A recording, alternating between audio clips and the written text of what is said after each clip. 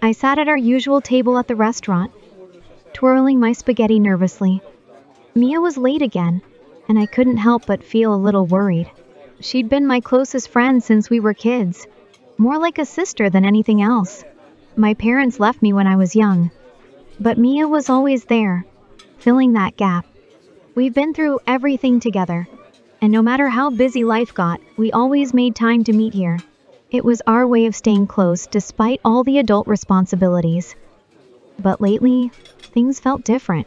It had been weeks since she last showed up, and I couldn't shake the feeling that something was off. I had gone by her house many times, but her husband always insisted she was not home. I couldn't reach her on the phone either. She wasn't answering, and her husband's suspicious demeanor only added to my anxiety because I knew Mia's condition. She easily became anxious. An ominous feeling settled over me. What if she didn't come today either? I couldn't shake the thought that something was deeply wrong. When she finally burst through the door, relief flooded my chest at the sight of her, but it quickly turned to concern. She looked exhausted, her eyes wild and dark circles beneath them, and a huge bandage covered the side of her face.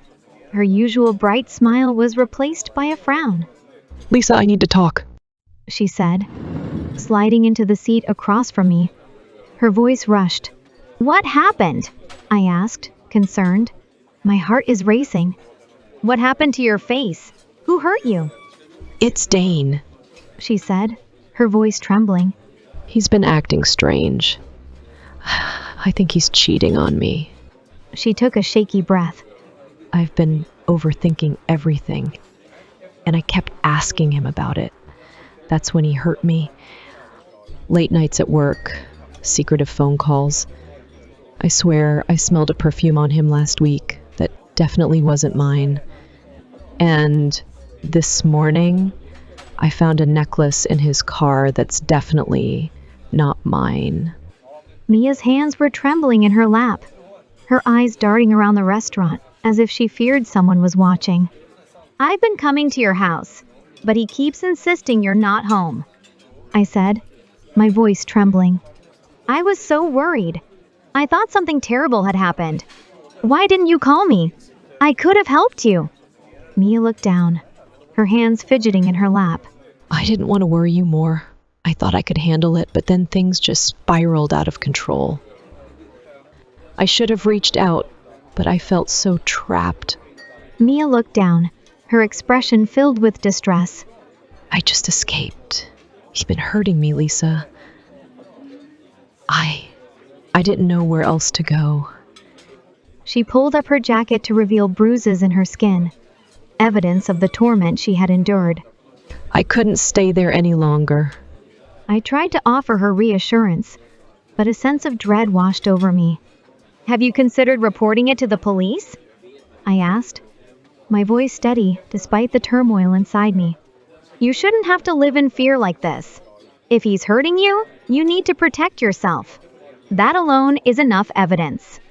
Mia shook her head, her eyes welling with tears. "I don't know, Lisa. What if they don't believe me? What if it makes things worse? I just feel so lost right now." I leaned closer, taking her hand in mine. "You're not alone in this. We can figure it out together. Your safety is the most important thing. Please, let's talk to someone who can help." "I thought about it," she replied, her voice low as she glanced around, as if we were in a spy movie. "but he brushed me off when I brought it up. He always has excuses. And I can just hear him saying he'll use my diagnosis, my paranoid personality disorder, against me. I feel like he's hiding something. What if he's trying to make me look crazy?" she whispered, her voice barely above a murmur. "What if he wants to get rid of me?" Before I could respond, she suddenly rushed out of the restaurant, her fear palpable. I didn't have a chance to talk to her further, and it had been days since I last saw her. I wanted to report it myself, but Mia wasn't cooperating, and without her support, I felt powerless. I also didn't have any evidence. I felt trapped, desperate to help her but unsure how to proceed. I decided to drive by her house again. I had been there many times, but each time, I couldn't have a serious conversation with her husband. He always brushes me off, saying that Mia was just stressed and needed space. I spotted Dane's truck parked in the driveway. My heart raced as I pulled over a short distance away, trying to keep a low profile. I stepped cautiously onto the edge of the property and walked along the fence of the garden, my heart racing. Peeking through the gaps in the wooden slats, I noticed something unsettling, a patch of freshly turned earth with clear signs of a recent digging, as if someone had used a shovel to disturb the soil. Clumps of dirt surrounded the area, making it look like something was about to be buried beneath. A chill ran down my spine as I tried to make sense of what I was seeing. That's when I saw a woman leaving the house with Dane, someone I didn't recognize. "Hey, Dane!" I called out, my voice steady, despite the unease settling in. Hey! He said, his expression faltering. Mia's not home right now. "Not home again?" I repeated, struggling to keep my voice steady. "What do you mean?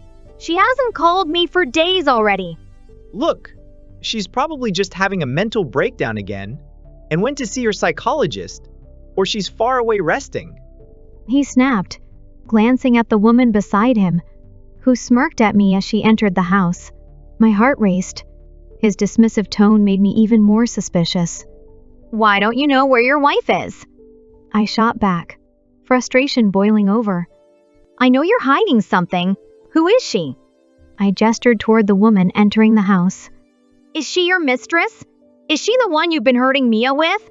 I knew it, like your friend. You are crazy. He shot back dismissively. "She is missing, and you're acting like everything is normal." I shouted, my frustration boiling over. No, she is not my mistress. He spat. I don't have to explain myself to you. His voice trembled, betraying his anger.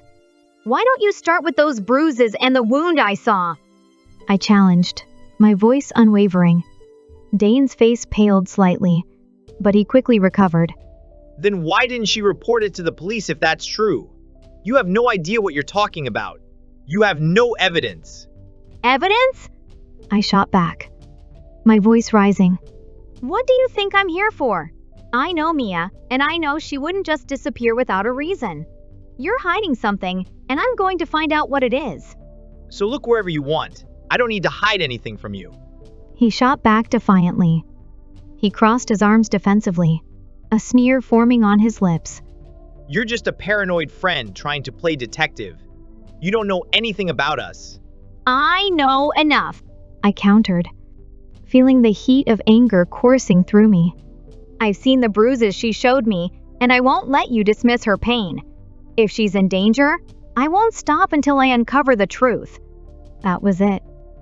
Anger and disbelief surged within me, and I turned on my heel, leaving him standing there. I had to find out the truth about Mia before it was too late. I couldn't let him brush me off any longer. I needed to uncover the truth. The image of the freshly disturbed earth in their garden haunted me. After our confrontation, I felt a surge of determination. I wouldn't let him get away with this. That night, I couldn't shake the feeling of urgency. I decided to drive to Dane and Mia's house, hoping to find any evidence that could help me understand what was really going on. As I approached, my heart raced with anticipation and dread. I quietly slipped through a side entrance that I had noticed before. Inside, the atmosphere felt oppressive, almost suffocating. I made my way to the cabinets in the living room, opening each one with mounting anxiety, hoping to find something useful. After several fruitless attempts, I finally opened one that made my breath catch in my throat. What I found were photographs revealing Dane's secret relationships, evidence that he had been involved with multiple women. Each photo showed him with a different partner. With each piece of evidence I uncovered, my heart raced.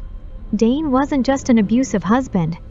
He had been deceiving Mia while pursuing other relationships. But that wasn't all. As I scanned the room, my eyes landed on a small set of dumbbells in the corner. A closer look revealed faint blood stains on them. A chill ran down my spine as I realized the disturbing implications of what I was seeing. This was more than just infidelity. Something much darker seemed to be going on. My heart raced with worry for Mia. Where was she?